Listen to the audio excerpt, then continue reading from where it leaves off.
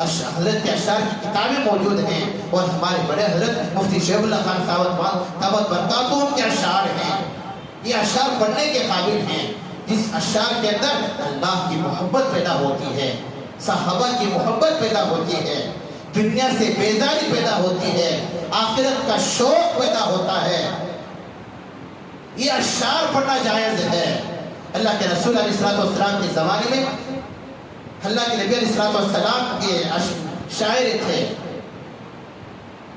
اللہ کے نبی علیہ السلام نے صحابی کو خاص کر دیا تھا، وہ صحابی اللہ کے نبی علیہ السلام کی شاعر میں حضرت حسان بن ثابت رضی اللہ تعالیٰ عنہ اشعار پڑھتے تھے اللہ کے نبی کے شان میں، اور اللہ کے نبی خوش ہوتے تھے، اللہ کے نبی کے شان میں اشعار پڑھتے تھے، تو وہ اشعار جائز ہیں، وہ اشعار جائز ہیں۔ لیکن آج کل ایسے اشعار ہیں جو مشاعرہ ہوتا ہے، بڑے بڑے حالوں میں بڑے بڑے پروگرام میں مشاعرہ ہوتا ہے، اس کے اندر ایسے اشعار بکے جاتے ہیں جو دنیا کی محبت نہیں بلکہ عورت کی محبت کو ظاہر کیا جاتا ہے، عورت کی محبت کو ظاہر، اور اشعار کہنے والی کون؟ ایک عورت آ کر تمام لوگوں کے سامنے اشعار کہتی ہے، شعر شاعری مشاعرہ، کیا بھی چٹپٹن میں مشاعرہ لگ رہا تھا، چٹپٹن میں یہ لگ رہا تھا، قوالی لگ رہی تھی، لوگ یہ کہتے ہیں اسی کو لیے خاص بنا کر پھر وہاں گھومنے کے لیے جاتے ہیں، لوگوں کے سامنے آ کر عورت کو میک لے کر اشعار کا کہنا یا قوالی کا کہنا، اسی کو ناجائز علماء نے لکھا ہے، یہ اشعار کی دوسری قسم ہے۔ تو شیطان اللہ تبارک و تعالیٰ سے مانگ کر لے کر آیا کہ اللہ دنیا میں جانے کے بعد مجھے پڑھنے کی کوئی چیز دے دے، تو اللہ نے کہا کہ جا دنیا کے اندر شعر شاعری تیرا پڑھنے کی چیز ہے، تیری پڑھنے کی چیز ہے۔ آج دنیا کے اندر جتنے اشعار کہے جاتے ہیں جو محبت میں کہتے ہیں، ایک لڑکا دوسری لڑکی کی محبت میں کہتا ہے یا دنیا کی محبت میں اشعار کہتا ہے، تو یہ اشعار دینی اشعار نہیں بلکہ دنیائی اشعار ہے، یہ دنیا اشعار کا کہنا ناجائز ہے۔ یہی تو شیطان کا اشعار ہے، اللہ ہم سب کی حفاظت فرمائے۔ پھر شیطان نے اللہ تبارک و تعالیٰ سے مانگا کہ اللہ آپ نے پڑھنے کے لیے تو مجھے اشعار دے دیا، لیکن لکھنے کے لیے کوئی چیز دے دے، اللہ لکھنے کے لیے کوئی چیز دے دے۔ اللہ تبارک و تعالیٰ نے کہا کہ جا میں تجھے لکھنے کے لیے بھی کوئی چیز دے دیتا ہوں۔ شیطان نے پوچھا کہ اللہ لکھنے کی کیا چیز ہے؟ تو اللہ نے فرمایا کہ جو بندہ اپنے جسم پر گدواتا ہے، گودنا گدوانا جسے پینٹنگ کہتے ہیں، آج کل لوگ نوجوان غیر تو کرتے ہی ہیں، اپنے بدن پر گدواتے ہیں، یعنی اپنے بدن پر کسی چیز سے ایسا لکھتے ہیں کہ ہمیں یہ پینٹنگ وہ نہیں جاتی۔ حج کے موقع پر یا عمرے کے موقع پر آپ لوگ جب وہاں پر جائیں گے تو ہر قسم کے لوگ آپ کو ملیں گے، ہندوستان کے علاوہ دوسرے جو قسم کے لوگ، دوسرے ملک کے جو لوگ ہیں، وہ جو لوگ ایسے سے اپنے بدن پر لکھواتے ہیں، اسے ٹیٹو کہا جاتا ہے، لکھواتے ہیں، یہ حرام ہے، ناجائز ہے، شیطان کا عمل ہے۔ یہ شوقیہ نوجوان ہیں جو اپنے جسم پر لکھواتے ہیں، کچھ نوجوان بھی ایسے ہیں جو اپنے جسم پر لکھواتے ہیں، گدواتے ہیں، جسے ٹیٹو کر یہ ایک بار اگر لگا دیے تو پھر ہمیشہ کے لیے بیٹھ گئے، یہ ناجائز ہے، شیطان کا عمل ہے۔ اللہ تبارک و تعالیٰ سے مانگ کر شیطان آیا، پھر اللہ تبارک و تعالیٰ سے شیطان نے کہا کہ اللہ آپ نے ساری چیزیں تو مجھے دے دی، لیکن ایک اور چیز مجھے دے دے جو صرف میرے لیے خاص ہو، جو میرے لیے خاص ہو، کسی اور کے لیے خاص نہ ہو۔ اللہ نے کہا کہ وہ چیز میں تجھے دیتا ہوں جب وہ جھوٹ ہے، جھوٹ شیطان کی خاص زبان ہے، جھوٹ شیطان کی خاص زبان ہے، شیطان اللہ تبارک و تعالیٰ سے مانگ کر لے کر آیا ہے۔